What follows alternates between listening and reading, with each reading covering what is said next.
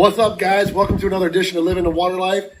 We're doing a special Saturday edition. We are. So much going on. I know last week you probably missed us. Maybe you didn't miss us. I don't know. But we had Hurricane Elsa, and we had to batten down the hatches a little bit. Ended up being a giant thunderstorm, but I'll tell you what, I'd rather be safe than sorry and not worry about it. I mean, I know you had boats that to take care of. You know, you had all this stuff behind us that had to get locked down. Yeah, docks needed You never know. patios. And yep, Florida sunshine right there, right in the air. Now we got a little bit of thunderstorm action going, but it's okay. That's what summer's all about in Florida. A little bit of rain, a little bit of thunder. Yep. We got a hell of a show coming up. Yes. I mean, there's so much going on. Congratulations to the Champa Bay Lightning. Back-to-back Stanley Cup champs. You guys are killing it. And there's a parade coming up. I know we're going to be at the parade. Yep. Doing some filming there. On a boat. On a boat. I'm on a boat. We'll have to play that song later too. I got it. We had a great cooking session with you, doing the seared tuna. Yep. So you guys want to hang out for that one. Now, I'll tell you. It was good. Erica, I tell you, girl, you're going to make me so spoiled and addicted. It's going to be on a Monday night or a Tuesday night. Like, I'm hungry. I'm coming over after work. Hello. Are dinner ready yet? Nobody starves around here is what I know. No, but it's such a cool place to be when you're here. Just laid back and just chill. But we got to talk about some stuff. We got to talk about it. And I hate doing it. It's all over the news right now. Red tide. Yeah. Yeah, we're going to go out today for a little bit of a fishing excursion, and it does not work well for us. But before we talk about the red tide, let's take a quick break. Let's come back. Let's do some cooking with Erica. All right. Because obviously there's a reason why we had tuna today. And you're going to have to watch this segment to find out, because some of us might be going on a road trip. I better get to go is what I know. I want to go. No bueno. No bueno. But we're talking about that. So let's take a quick break. We'll come back. We'll get out of the lightning, maybe, or we'll just sit here. Do what we Take our gotta do. chances. It's going to pass over. It's not too bad. And let's do that. Hang tight. We'll be right back.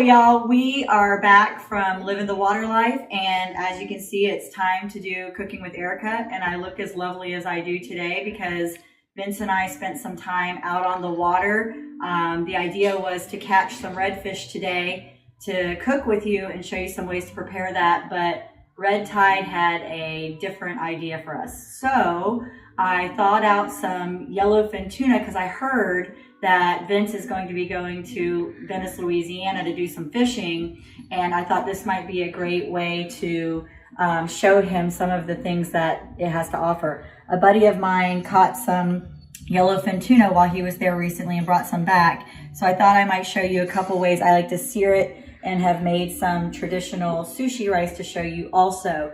I like to cook them in sesame seeds and then just and some of them in Everglades seasoning. Couple of things to know about your tuna when you're preparing it. We vacuum seal our tuna, so when you're thawing it, you don't want to just thaw it as it is. You want to cut the end of it off to let some air into it, because the low oxygen in it can cause you to have botulism in it, which can make you sick. And a lot of people don't know that about fish, but that's one thing. The other thing about tuna is you never want to put water on it. It'll turn your meat white. Just like you don't want to wash your steaks, you don't want to wash your tuna either.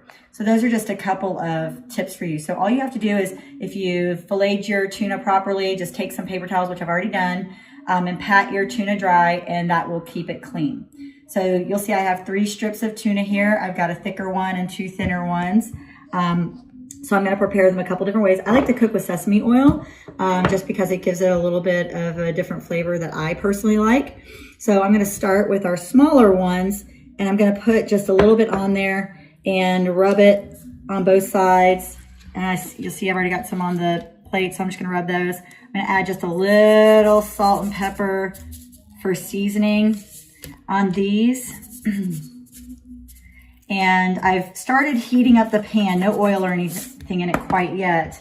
But these are gonna just be sesame seeds. Now, I'm gonna show you a couple tricks too, if you wanna sear your tuna so that it cooks properly for you. Because sometimes what happens is you can overcook it, it becomes gummy, you don't cut it properly, and it can be tricky.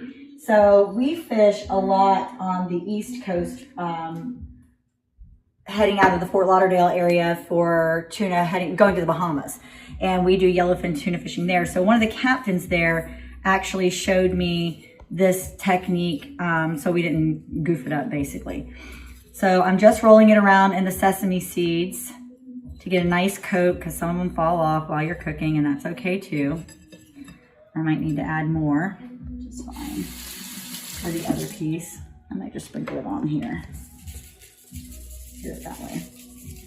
So you've got a little sesame oil, a little salt, little pepper. All right, my pan's getting nice and hot. I'm just waiting for that oil to heat up. I let the pan heat for a little bit first. All right, and you're gonna also see I have a piece of saran wrap, cling wrap sitting here. Now the idea is that you put your tuna in the pan. It's nice and hot, you can see. We're just gonna do it for a few seconds on each side. I think I'm gonna turn my fan on here so it can get a little noisy. Probably too much. I'm gonna hope that the smoke alarm doesn't come on. How about that? I'm just in a few seconds. Because you can eat tuna raw. Like, it doesn't have to even be really cooked. I'm going to do 2 pieces, since I have 2 pieces of tuna here. And I just like to do it until I see that the edges are cooked. Because as you know, when you cook anything, it continues to cook even out of the pan, right? So what I'm about to show you is going to stop that from happening as soon as we take it off. Because the idea is we want that middle to stay nice and pink, and the edges cooked for real seared tuna. And you see that I put a little bit of oil on the fish, so it's holding those sesame seeds on there pretty good. What do you think, Vince? Smells awesome. I cannot wait. And these little tricks, a lot of times, that's the best part about cooking with you. You learn so much. I had no idea about what you're about to show the people. I had no clue. So, I didn't know either. Like I said, you learn all these things from the captains that you fish with.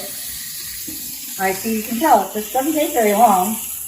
And you can make it as done as you want. I like it to be a little more rare because tuna, to me, you want that full flavor of the fish. And I'm literally going to set it on there. You're going to see it's already melting the plastic wrap. And I'm just going to roll it super duper tight. Just like that.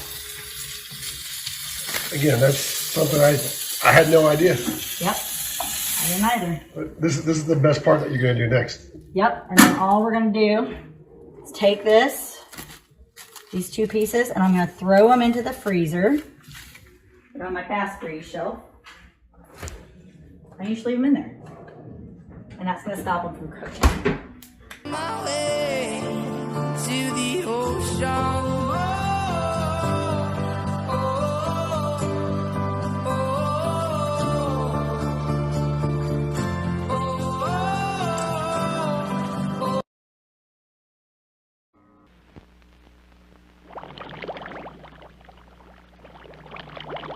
Hey, Charlie, what's with the dark glasses? I never seen a tuna in dark glasses. You don't see tunas with cigars every day either. Oh, come on. What's with the shades? I'm going up to the surface for a look around. Like the sun hurts my eyes, you know? Ooh, what's up there?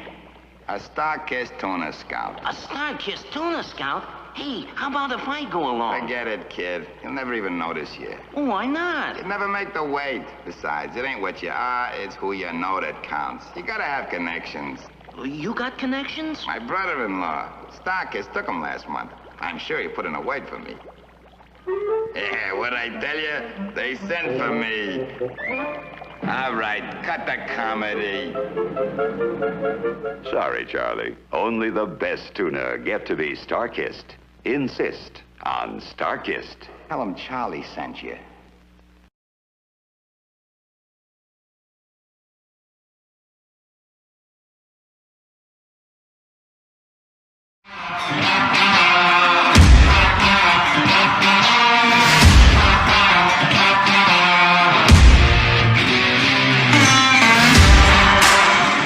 If everything you've heard about a Florida vacation involves a beach or a mouse, then you haven't heard about one of Florida's greatest destinations, Ross Hammock Ranch. Experience Florida's finest hunting for both native or exotic wildlife, fishing in both the saltwater flats of the Gulf of Mexico and local pristine freshwater, or capture the perfect picture on a photo safari. Located on Florida's nature coast, Ross Hammock Ranch is less than 2 hours away from Tampa and Orlando.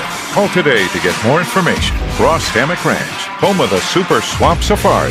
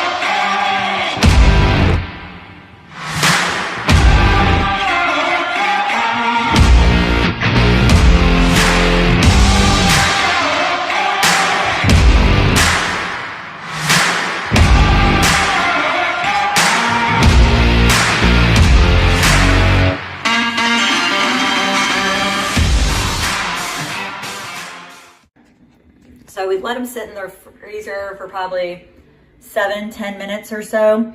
And now I'm taking them out and I'm cutting the tuna up into pieces so you can either eat them on their own, or I'm gonna show you some sushi rice that I made and how I made that too. So you leave your saran wrap on. This is the trick that I learned. You get a nice sharp knife and you just cut through it, and you'll see it holds it together. Now, this piece is done a little bit more. The other one won't be as done. But you can, you know, with tuna, you can cook it however long you want. But these were a little bit smaller pieces, but you can see it's really holding them together. If you were to just try to cut your tuna without something kind of binding around it, it's gonna kind of fall apart. And the saran wrap really holds it together as you're trying to cook. And then I'm gonna show you how easy it is just to take it off. And then you're good to go. They just slide right off. You set them on your plate and they're ready to serve. We've got one more in the freezer to cut up. And then I'm gonna show you, actually I can just tell you about the sushi rice right now. I like to cook in the rice cooker a lot, and I think before I did the coconut rice in there for you guys. So the key to sushi rice, really good sushi rice, you just follow the directions, you add your water just like you would, you let it cook. But then after it's done cooking, you make a mixture of rice vinegar, sugar, and salt. So if you've got, I did 3 cups of sushi rice. So I did 3 tablespoons of rice vinegar, 3 tablespoons of sugar to 3 teaspoons of salt. There's a recipe out there that says 3 tablespoons of salt. That's not right. It's 3 teaspoons of salt. I think it was a misprint. But you're gonna see it significantly changes how your rice tastes and gives it just that more authentic flavor that goes well with fish, in my opinion. So I'm gonna cut up the last one, and we're gonna get the sushi rice out and see what you guys think.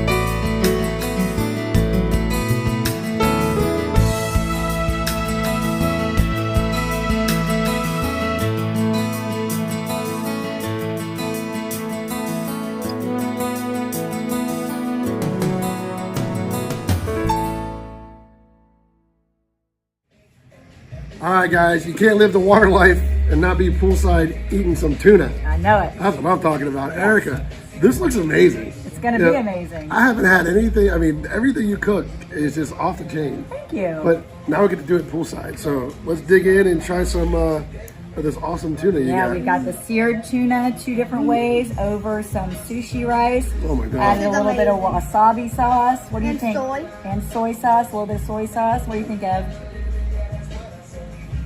Right now, My appetite I'm in heaven. for itself. I'm in the pool. It's a beautiful day. Cheers. Guys, hang tight. We'll be right back. We're going to have some tuna, have a little drink, we'll go for a swim. We'll see you in a bit. Let's hit the red button.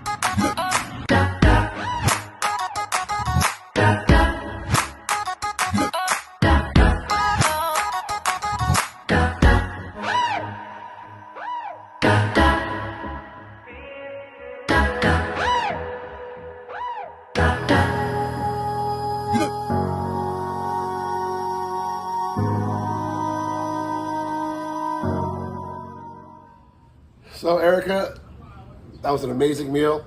I love the tuna. Hands down, you guys, you're going to have to try this at home. Follow the instructions.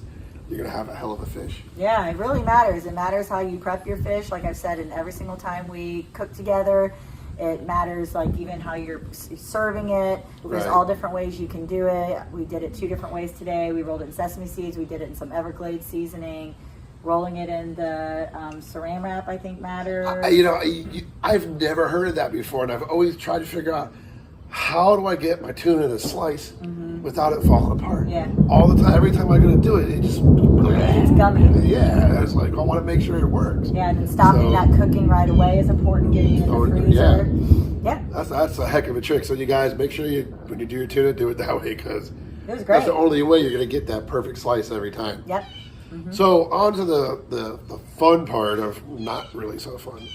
We went on the boat this morning, and we went out there, and it was so sad to see the red tide is back. In full swing, too. Like it major red tide. I know. I mean, what was it? 3 tarpons? They were huge.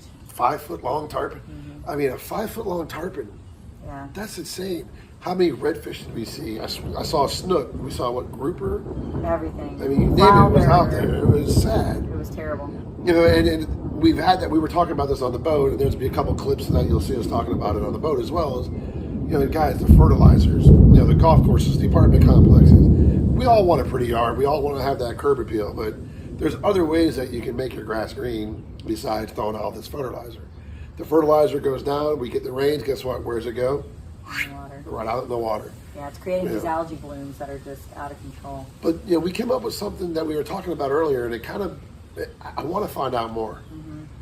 Why is I've never seen a shark belly up on a red tide? No, you've seen dolphin, tarpon, big grouper, Goliath grouper. We've seen those, but you're right. I keep thinking about that too. I don't think that I've seen a shark in any of it. I mean, do they just go off and just get away from it? I don't know. So we're gonna have to follow that up with. I want to talk to somebody maybe over at USF or UF or even Tampa. I know Tampa College over there, Tampa University of Tampa. I know they have a shark lab there. Yeah. And the doctor there, he's been on Nat Geo doing Shark Week and everything with Nat Geo. So I'd like to maybe try to hook up with him and pick his brain a little bit because I want to know. I've never seen it. So I haven't. Yeah, when you said that, I thought that was an interesting observation also. And we didn't see any today, that's for sure. Definitely not. But the other thing was kind of cracking me up too was the dolphin were eating the fish. Which what's going to happen there. The dolphins are going to get sick. Yeah, they're going to get sick. And I just don't want to see the dolphins get sick, but it's like, I guess, a buffet for them right now. I know. Yeah, they were going at it for sure. Guys, just do your share, clean up a little bit when you're done. I mean, The one thing I thought was kind of cool to see, we saw boats out there cleaning up. They had those big nets. Yeah, they were dragging through, collecting the dead fish. And that's good to see, but the sad part is, when we went around the bend, we came back, everything that they were netting was right back full again. And it was just like, it's a lot out there. I was shocked at how much there was for sure. Yeah. So it's just, be careful. I back in my throat. I know you said your eyes were bugging you and you had a headache earlier. And that's what the red tide will do. Yep. And I've said it on the Big and Wild Outdoor Show. We've talked about it. And those guys like to bust my chops a little bit, but I still think a lot of it has to do with the runoffs of Okeechobee. The sugars and all the companies that are out there. Because back in the day, if you look at all the old Army maps, engineer Army maps, there was fingers that spread out all over around Okeechobee to let that runoff go out and then actually get soaked up through the land. Now there's only 2. They go this way and that way. That's it. So that all that chemical goes right into the Gulf of Mexico or into the Atlantic. So there's no more.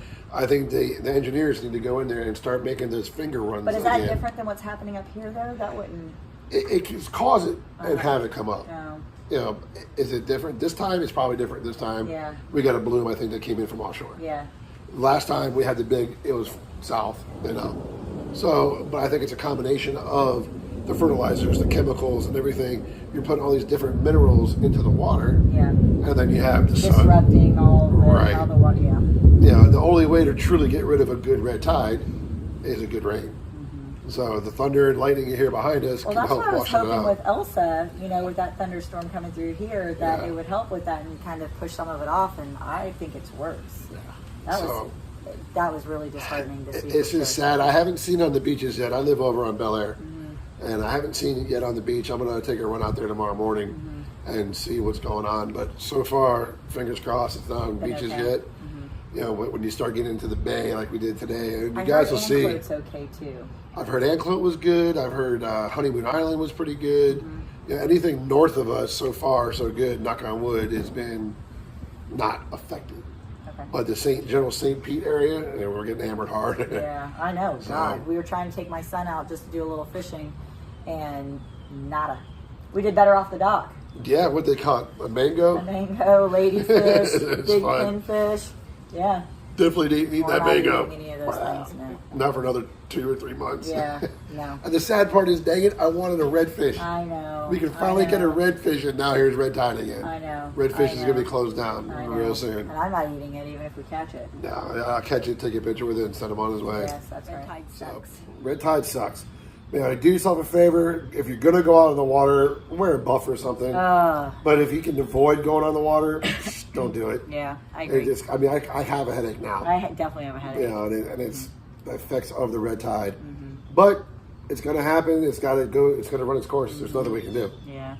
So hopefully in a week or two it'll be gone. We can get back to paradise, back to doing what we do. Let's go get some redfish. I like it. All right, guys, we're going to take a quick break. When we come back, you're going to see the Stanley Cup. Hang tight. Who fishes only the deepest Arctic waters? Who's always bringing you something new like these home-style baked fillets? Who tops them with creamy cheddar and Parmesan cheeses and big chunks of veggies? Who also bakes them with crispy breadcrumbs and rich garlic butter? Once your family takes a taste, you'll figure it out. Introducing home-style baked fillets, only from Gordon's. Trust the Gordon's fisherman.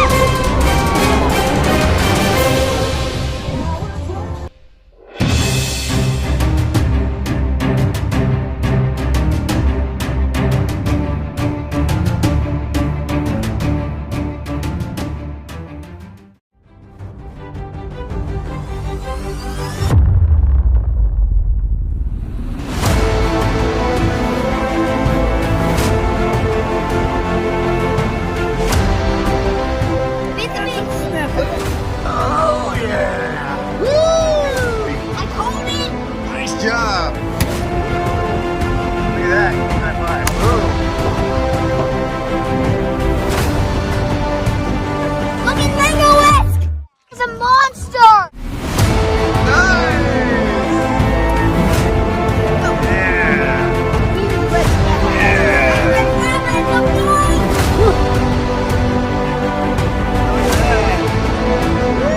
Good job. Woo! Hey. Boom.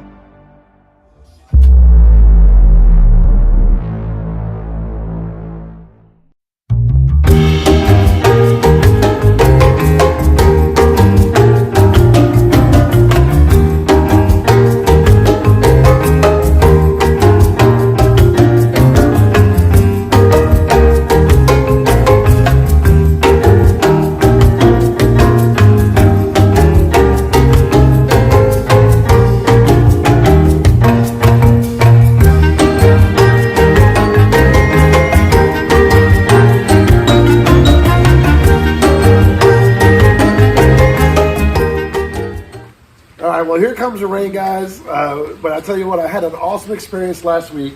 Julie McQueen of Carbon TV invited me to do a live Instagram.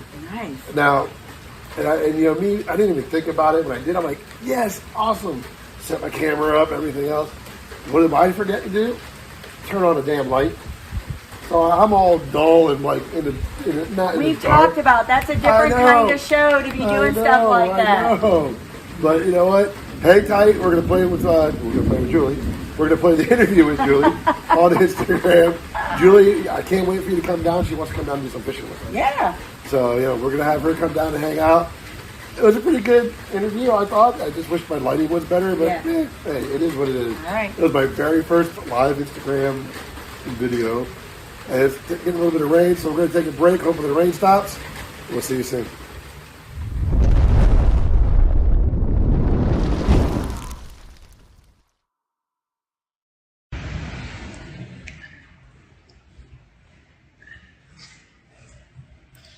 Hello, Carbon TV, everybody. It is 7 p.m. Eastern. I'm on Eastern time. Aha! I've got my friend Vince Noble from Living the Water Life joining me for what we would normally call lunch with Jules, but right now it is not lunchtime. It is happy hour with Jules. Oh, here he is. Okay, everybody. Vince Noble. Here he is. Let's see if this will work. I'm always so impressed with myself. There he is. Hey. Hey. How are How's you? it going? Good. It's happy hour with Jules. I got my Happy hour with Jules. Cheers. Cheers. How are you?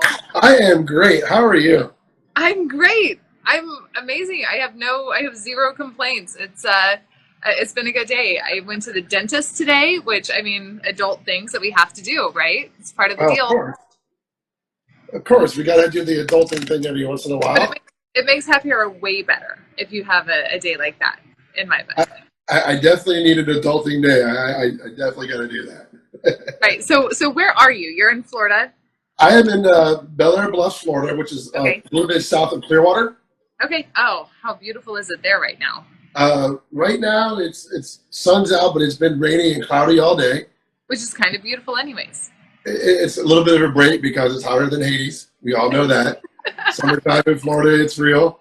If you haven't been fishing in Florida in the summertime, now's the time to come because it's really, really hot. I can imagine. How is everything going this season? Have you been out fishing? What's in season right now? Give everybody kind of the fishing report. Right now, it's the red snapper, American red snapper, and everything is on fire. And if you guys watch the podcast, what's up out there? Carbon TV land. You're gonna watch the podcast because we had an epic trip about a week ago, and we were catching American red snappers, groupers. I mean, it was just off the hook. It was a really, really great day. Amazing. Yeah, the fishing is unreal right now. Unreal, yeah. And you captured all of it. You filmed the whole thing, right? Oh, absolutely. I mean, every time we go out, we're filming. We're always the GoPros go. We always have something going all the time. So it's a lot of fun. You're dedicated. It's impressive. I would say, or a little crazy. Yeah. Dedicated, crazy, all the same thing. Same thing. Now, see, we gotta Do you get. fish any tournaments, or do you do any tournament stuff? Actually, it's a tournament coming up on July 10th. It's an inshore and offshore tournament, and we're actually looking to probably jumping on board doing that as well, and kind of try to win some money. You know, it's always fun winning money when you're fishing. You got to do If that. you're going to be fishing, you might as well be winning money while you're fishing. Of course. I mean, it's money, beer, and fish. I mean, how bad can it be? That sounds amazing. That's awesome. Okay, so just give us a little history, because I don't really even know this. Did you grow up there? Where are you from originally? I am originally from right here, born and raised. I have been a Florida boy my entire life. Yeah. Wow. So you know all the spots. Like you have, like if you could hijack your waypoints on your map, would it be worth a lot of money? Your fishing spot? Maybe. I have some spots that I'm not sharing. Not here. So if I could like hack into where you drop like waypoints, so it would be like we could put that on the black market somewhere. Probably. Absolutely correct. I mean, born and raised here, I mean, it's paradise. I wouldn't leave it. I mean, people spend millions and thousands of dollars to come here, move here, build homes here. I was lucky enough to be born here. It's the fishing paradise of the world. That's so cool. And so what made you decide to start filming this and kind of like sharing this with other people? A little bit of my background story is kind of crazy. I started off in the world of sports, and I used to have my own show on ESPN radio. So I was all sports, and I did that for about 10 years. And then I moved over to CBS Sports, and sports kind of started to fizzle out for me. I was kind of getting bored of the athletes and getting bored of those spoiled brats getting paid millions of dollars and complaining about it. And so I took a break, and then actually it was kind of funny. A long time ago, I was helping a buddy of mine do the Big and Wild Outdoor Show. Oh, yeah. And if you remember, that's how we first connected. That's right. Because we interviewed you on that radio show. That's right. Yeah, a long time ago. And I was talking to Braden, and I'm like, you know what? I want to do something different. I'm thinking about getting back into radio. And he's like, well, why don't you do a show like that? And I'm like, what are you talking about? I do radio. I don't know anything about TV. You know, I'm like, I got the face for a radio. I don't know if I have face for TV just yet. You know, and that's how it kind of began. And I came up with the whole idea of showcasing where we live and kind of getting involved in doing that. Came up with Living the Water Life. And then that's when I called Carbon TV and begged and pleaded to have you guys take me on board, and you guys gracefully did that. So it's much appreciated. 3 seasons later, here I am. Here you are. I know. I mean, you're doing great. Everybody loves the show. It's performing really well. You get a ton of views. You know, it's like, yeah, it's a very popular show on the network, and people just love what you're putting out there. And it's very much appreciated. I mean, I don't know if you can see the picture behind me. There we go. Oh, what is that? That's the great white shark. Oh, that's so cool. No way. Oh, that's awesome. That was 80 miles off of St. Petersburg Beach, right here, right by us. So it was a big deal. It was an untagged shark as well. Really? Oh, that's incredible. Wow. We've been having some crazy fishery things going on here lately. Yeah. The great whites are starting to come in, and you know, born and raised here, we knew they were out there, but you weren't seeing them. You know, and these were coming up right to the boats, but you know, stopping at the motor. You know, and it's kind of nuts how you have these animals that you don't realize that are out there, and then you start to see them. You know, and then of late, you think twice about jumping in the water to cool off, right? You know, we used to do that all the time. Go fish, and then we roost spots, and then we jump in the water. And now you're thinking about it. Now that you're seeing these great whites, you're like, yeah, I'm not sure about that anymore. Right. Yeah. Yeah. Definitely not the best idea. I don't know if you saw the news, or it was all over social media a couple of weeks ago. They spotted an orca out in the Gulf of Mexico. No way. Oh, I didn't hear that. So I'm not sure if it was an orca. There's 2 different types. You have an orca whale, and they call it a false killer whale. Oh, okay. Very much like a pilot whale. Uh-huh. So when you have that pilot whale, it looks a little bit like the orca, black and white, you know, and it has that feel to it, but it didn't have the same dorsal fin as an orca. So why would an orca be in the Gulf of Mexico, number one? You know, but they're there. I mean, they'll be out there. That's so interesting. Yeah, you just never know. That's the fun part about working in the outdoors, though, right? I mean, it's kind of a surprise every day. You don't know never what's know. going to happen. It's completely unpredictable, and then we, see things like that, and we're like, "Wow, this is a crazy world we live in." Welcome to Earth. Yeah, exactly. You never know. You never know what you're going to see out there. I mean, I between the know. turtles, the dolphins, and then Yeah. one of the biggest things I have an issue with though is if you go offshore, a lot of times, and I'll just tell this to all the viewers out there, all you guys that are watching, Mylar balloons, stop using them. Because what Oh, happens when you let go of the balloons? They go up in the air, you yeah. celebrate, or somebody's like, "Oh, I'm going to send balloons to heaven." Well, they Yeah. don't go out to heaven; They don't go they to go heaven. offshore. I feel like this should be. I feel like this should be like a marketing agenda for Mylar balloons. Like they don't actually go to heaven. They come back down to earth. And I know there's been times, Vince, when I'll be out west glassing for mule deer, elk, whatever it is, and we're glassing a ridge, and there's a balloon, right? In the middle of nowhere where we've hiked in 6, 8, 10 miles, and, it's just this beautiful, amazing, terrain with it, and there's a balloon. And Yeah. I'm like, okay, well, I guess I'm going to hike over there and pick that up because As it's crazy. Well, and what happens offshore is turtles, the balloons look like jellyfish. The turtles eat the jellyfish. So now you have turtles eating a balloon, and now they're suffocating and dying. Yeah. Right. And it's just like out in the woods, I'm sure an animal's going to try to eat it or get caught up in it. Yeah, for sure. They get curious, and it's just like anything, keeping the trash out of the water and, cooking after ourselves and kind of just common decency, being humans on this earth that we're borrowing from the next generations. We got to keep it clean. Right? I mean, I feel like, it used to be kind of a thing we would talk about, taking a trash bag with us and picking up trash as we went. But people, who are out in the, on the ocean, I know there's so many times you see trash floating by and bottles and things that people drop, and the fishermen are the ones out there, collecting that and getting it up out of the water. But, there's really not enough manpower to take care of it. It's just, it's a problem, and the Mylar balloons, I agree. It's terrible. And that's why we all got to do our share. I mean, if you're out there, if you're on a boat, take 2 seconds. It takes a minute to get over there and grab it. Right. Throw it out. That's Move right. on with your day. It just takes a second. Yep, totally. I want to know about Julie. I want to know about when I'm getting you to come down to go fishing with us. Oh, I'll totally come down anytime. Yeah, I'm a huge fan of fishing in Florida. I used to do a lot more of it. Obviously, when I was filming my other shows, I would plan 3 weeks at a time down there, just doing all the different fishing stuff. My favorite, which I actually tried to go this year, and I couldn't get a trip booked. I'm a huge tarpon fanatic. Like, I'm dying to go tarpon fishing again. I've got some really massive ones over the year. I hit the 200 club a few years ago. One of the ones I'm most proud of was a really small one because I could actually lift it up real quick, and feel it in my hands. So yeah, I just, I've done a ton of that. And then other stuff in Florida.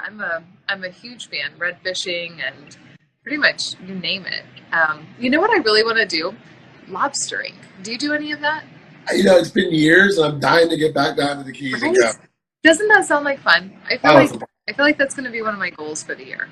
Well, let me know. I mean, lobster season is right around the corner. It's coming up. I know. And every year I say I'm going to do it. And then I just, get too busy at work and, work. Come on, let's go. You'll notice if I'm not here for a while. I feel I should be lobstering. You're doing it for the network. Right. Yeah, see? I know. I would totally come down there. I'll go fish with you anytime. I watch a lot of your content and you just always have such a good time out on the water and it's educational, I'm always learning stuff and, things that even I didn't know about the fishing down there. So, yeah. We try to bring a fun atmosphere. We try to bring an educational atmosphere. We try to bring a relaxed atmosphere. I'm always that guy. It's fishing. It's not catching. So if we go out and we don't catch anything, well, guess what, guys? We filmed the show and we didn't catch anything. Move on with our day. I'm a real person. There are other avenues out there that people seem to be fake and they over try to. That's not us. If you come with us, you're gonna have a good time. We're gonna have a few drinks. We're gonna eat some good food. We're gonna fish. We're gonna laugh. We're gonna have a great day. Yes. Are you going to ICAST or anything like that this year? I'm trying to get to ICAST. I'm not sure if I'm going to make it. I know last year with COVID, it was hard. They were trying to do it online. So I probably won't go this year. I'll wait till next year and go. Yeah. Next year, I want my own booth there. Next year is actually what I want to do. Oh, good. Oh, that's nice. So what else do you have going on? What else is in the works right now that people might not know about? Coming up in the works, we're looking at some Keys trips. And I think we're actually going to try to go to out of the country. We're working on an out of the country idea. Oh, really? And we're thinking about doing like a Bimini trip, from Fort Lauderdale. That's and go to Bimini and do some fishing there and hanging out there. Yeah. But I'm trying to plan a Costa Rica trip. Oh, yeah. So, that sounds like it's right up your alley. I think you would do well in Costa Rica. I want to go so bad. Get a staycation where you just decide, I'll be back in 3 months. But, I like how you think. That would work. Right. So everyone I know I have not been to Costa Rica, but everyone I know who has, that's basically how you feel when you get there. Like, I just don't want to go home yet. That's my biggest afraid is I'm going to go someplace like that and be like, I think this might be the new home to live in the water life. We might just play it here and start from here. So we're going to start doing some more mini adventures too, not just the podcast or the TV show. We're going to start doing a lot more some snorkeling adventures coming up. My brother and I just talked about that today. I'm trying to figure out how I can do a live podcast floating down the river. That's a wonderful idea. It's got to be possible. It cannot be that. I guess it depends on what river. So if you have, any type of. We got the rainbow, or like the springs, the Rainbow River Spring. We go over there. So I just got to figure out the microphone situation in the water. Once I figure that part out, I think we're going to try that. Yeah, I don't know. I guess, you could use like a lavalier mic, but it's probably going to get wet. And I don't know if those are, I don't know about that. But yeah, you could find a way to do it. I bet. That'd be really cool. That'd be cool, right? To do a show. Go down the river and just hang it out. That'd be fun. Yeah, even if there's little water sloshing noises or whatever, I don't think people would care at all. It's living the water life. That's what it's all about. Right.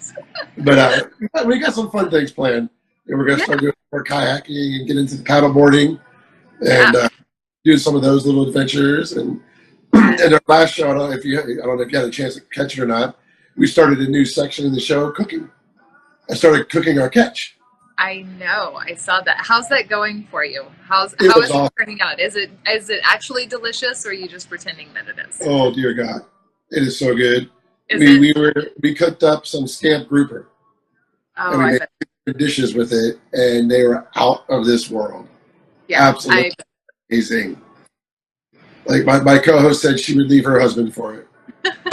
That's how good it was. So it was pretty good. There you go. That kind of says it all. Yeah, that's awesome. Are you going to be collecting those recipes and putting them anywhere for people? We're going to be putting them up online. We'll probably most likely have a section on our website. And I'm probably going to take the cooking videos and just put those on the website alone, and then have the recipe that goes along with them. Yeah, that's a great idea. I know, it's one of the things that people are constantly asking, like what's the best way to cook this fish that I caught, or even this animal, that I harvested. And shows do so well. We're all curious to see, as I say, if it tastes terrible, it's normally not the animal's fault, Yeah, it's how we make it, or Yeah.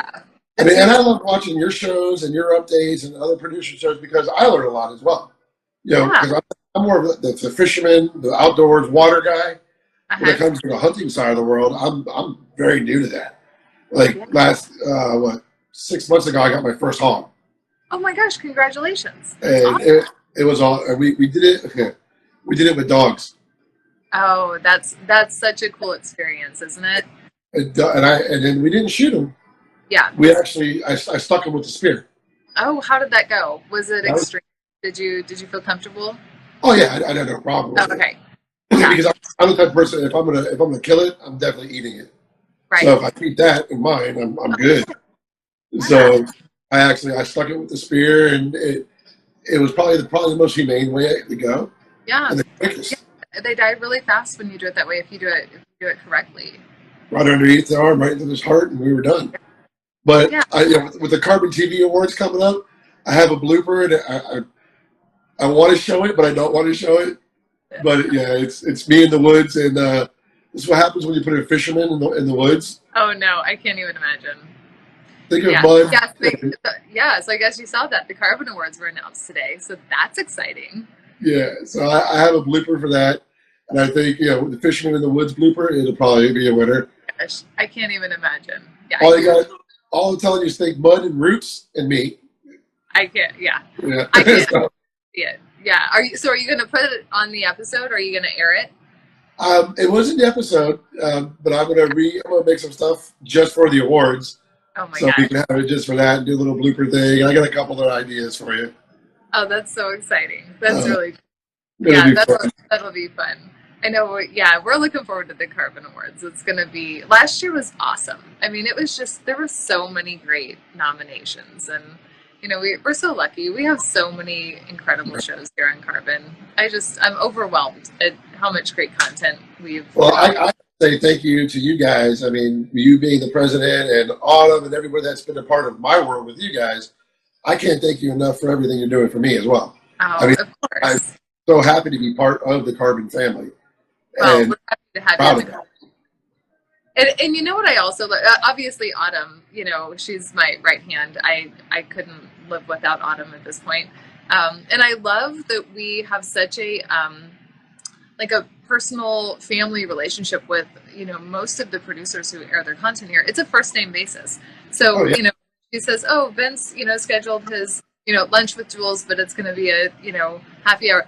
I know who Vince is. It's not like, oh, what show is he with? Like I think that's just so cool, and I hope it always stays that way, where we are personally invested and huge fans of what you're creating, and really watching and wanting to see more success. So it's just such a great company, and I'm happy want to to do more for you guys too. I mean, we want to do more content because we feel wanted, and you don't get that a lot of. I mean, even in the radio world, I mean, I had NFL players as my co-host, and they beat the hell out of you in the radio world.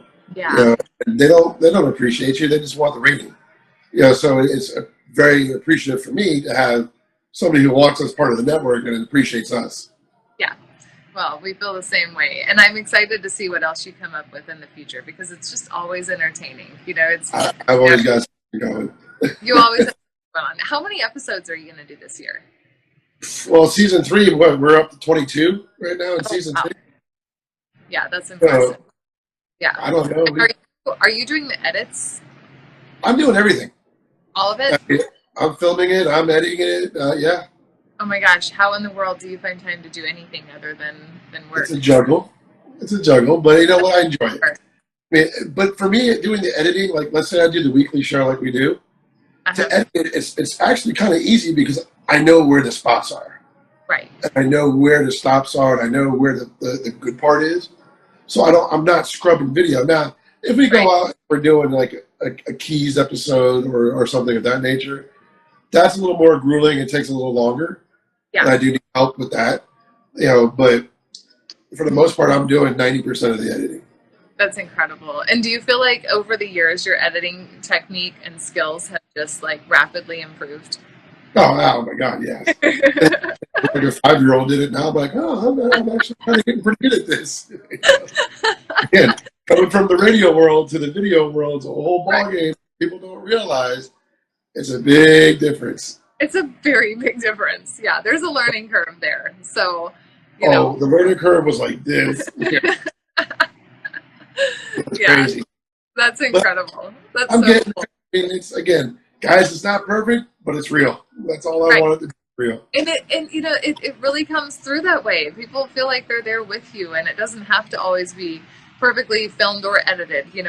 I think that sometimes the content that I see that is more relatable performs better sometimes, where people feel like, oh yeah, this could be me out there enjoying this, but they're learning something, they're discovering a place maybe they want to go in the future, and kind of living vicariously through you. So I think sometimes on those where, you put it together in a way almost as if you're just sharing that experience as is, and there's no hocus pocus, it's not overdone. I think those perform really well. And they do. In the beginning, I was so focused on trying to be perfect, and stand straight and hold my shoulder and do that, and be like right with that kid. Nah, it don't work like that no more. It's more laid back and relaxed. Yeah. You know, but if you watch season 1 to season 3, you can see. And like season 1, I was very just like new and nervous, and now I'm just like, come on, let's go. I don't care. Let's do this. You know. I know. I'm always just mortified to imagine going back and looking at some of the shows I did back, 10, 15 years ago. I just can't even imagine.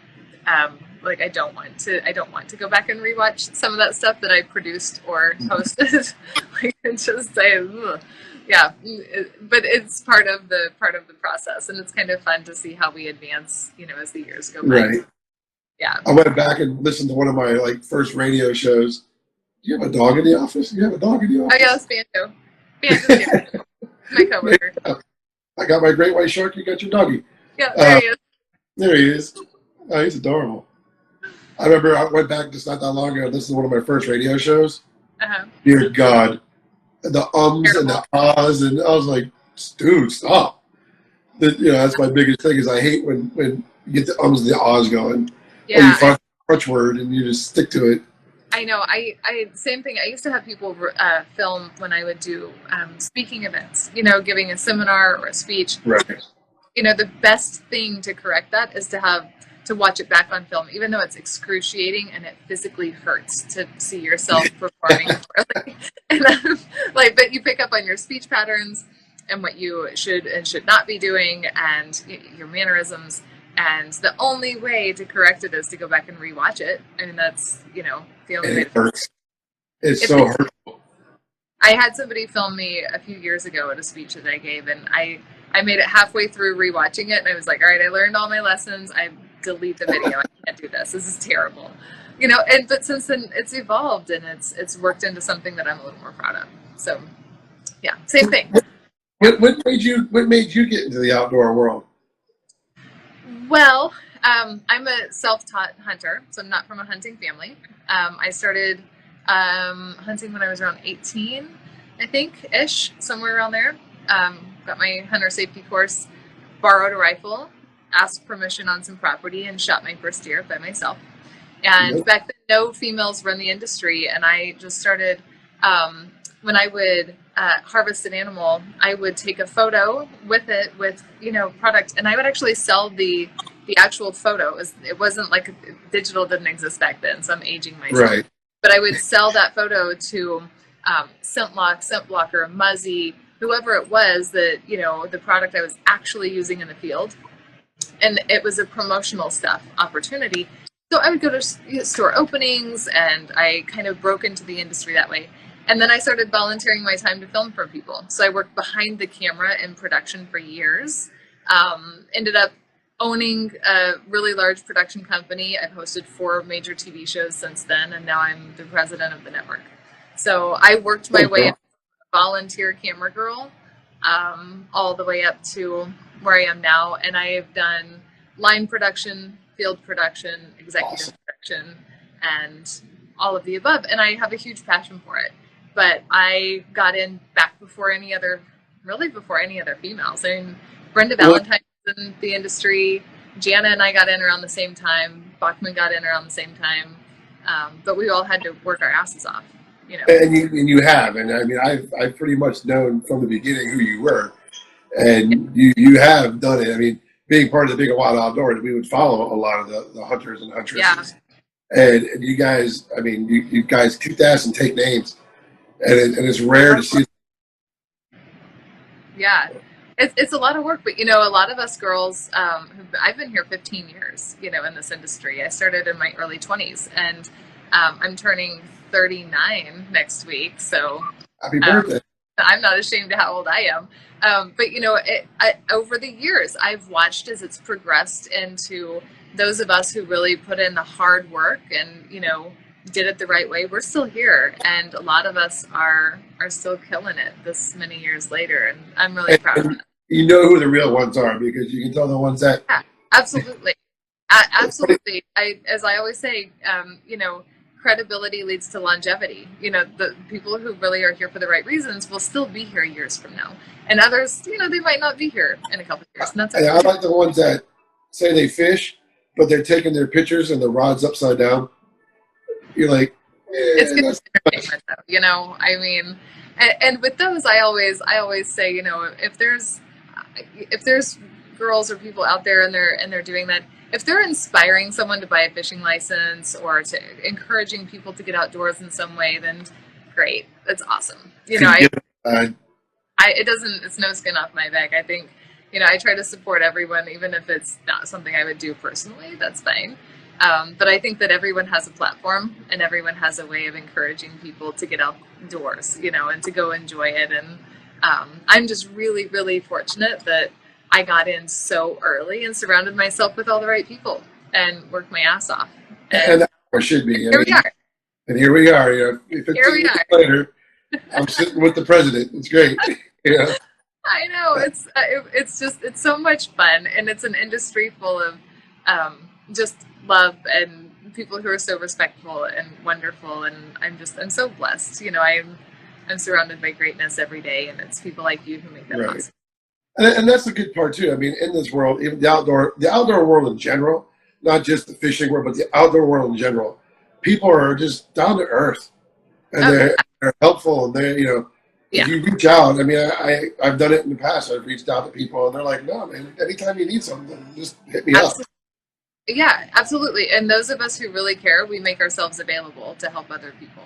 You know, that's part of the deal. We want to see the people with high integrity, you know, stepping up to the plate and helping us make this even better. So, actually, another friend of mine that I just saw join the Carbon Network was Misty Wells. You know, she's local. Misty Wells. Oh, Misty Wells. Isn't she the best? She's a trip. That girl, she's crazy. I know.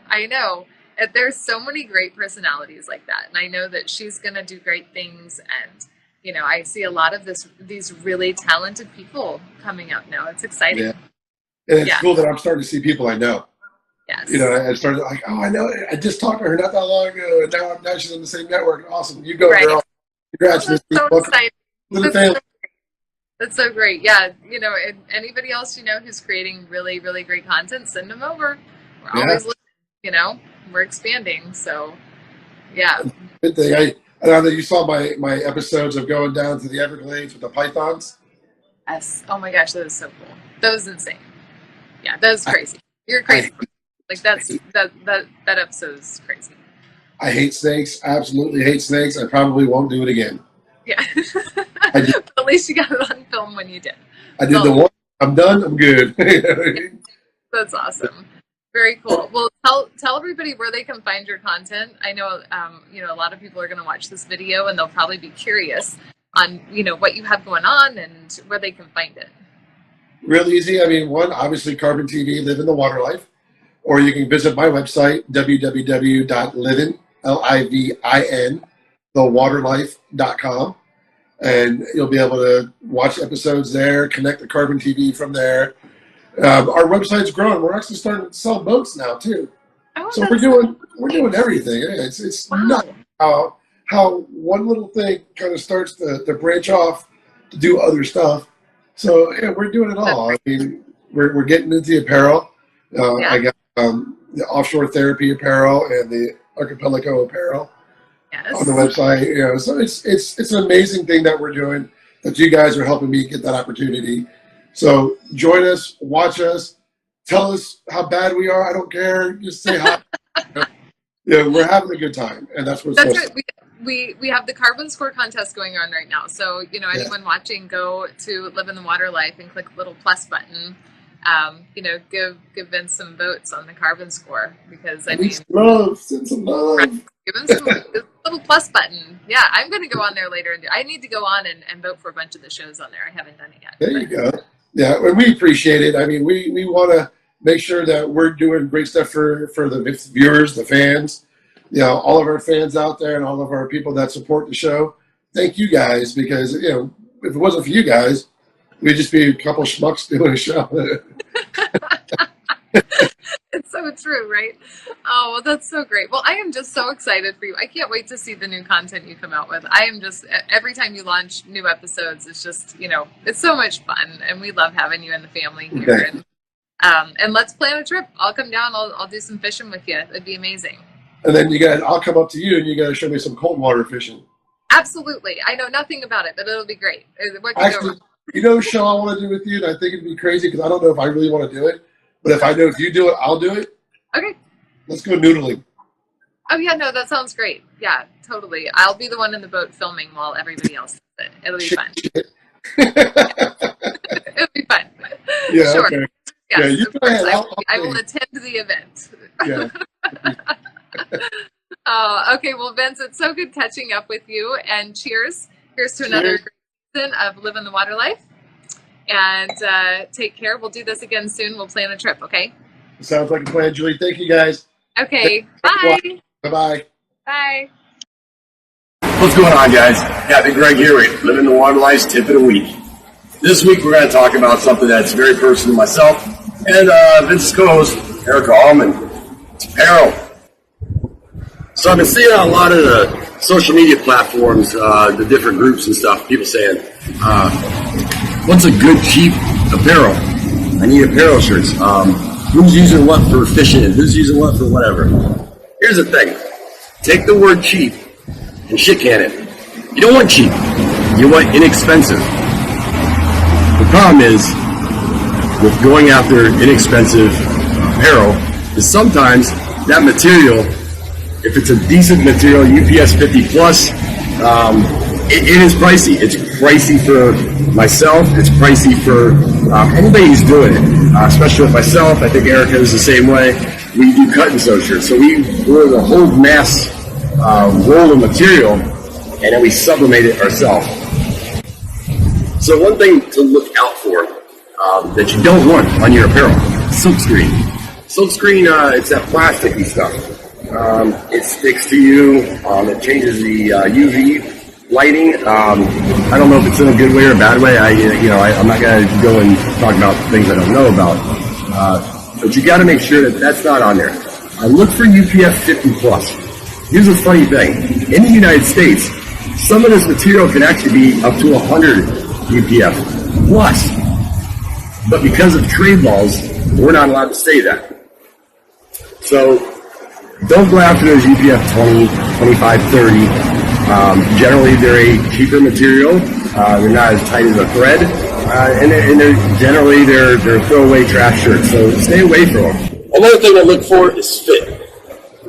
You don't want it too tight, but you also don't want it too loose.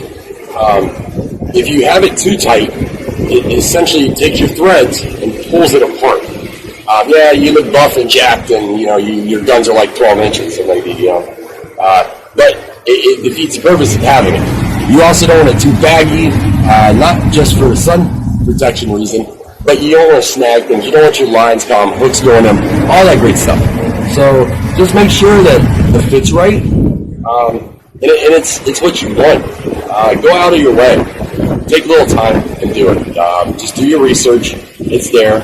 I never wore long sleeve shirts prior to me getting into the industry, and now I wear them all the time. It's essential, especially skin cancer now. It's out there. As much time as we spend out at sandbars on our boats fishing, protect yourself. That's the main reason to get these UPF shirts.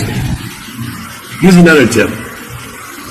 Ladies, if you wear a performance shirt for the purpose of sun reasons, do me a favor. Look, I don't care what anybody else thinks. I'll say it. All you fans-only fishing chicks, yes, we know you have breasts, just like every other female in this country. So don't wear them up to here with your sleeves up, and just so you can show a little breastises. You look ridiculous, and it defeats the purpose of wearing. Again, with apparel, I'm going to go back to what I said before. Do some research. Make sure you're getting what you want. Make sure you're getting a quality product. Make sure that they're, stain resistant. Make sure that they are a certain UPF level. Make sure that they're snag resistant. These all are out there. Now, I will tell you something. Everybody says, oh, stain resistant. Blood washes out of mine like that. Yes, mine do. Many companies do. We'll get blood out, but you're not going to get fiberglass resin out, oils, certain things. There is no such thing as a stain-proof apparel shirt. So just keep that in mind. I will say, though, that's one of the big things. I keep mine crispy, but if you do get something on it, pre-treat it. We've talked about this before on one of the shows back way. I use hydrogen peroxide. Keep it on there, throw it on. You get the shout and the spray can, get that out. That's how you do it.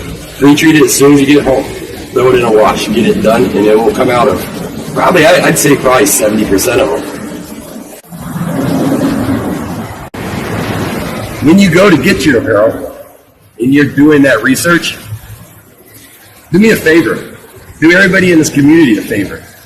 Stop talking, buy local, support local, buy U.S., and then order some crap off the line at Amazon coming from China or India, Alibaba, Malaysia.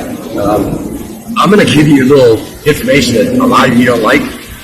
A lot of your bigger brands, I'm not going to name them because I don't have the money for a lawsuit. A lot of your bigger brands that a lot of you all are wearing are not made here. They're made overseas by some 6-year-old getting 20 cents a week.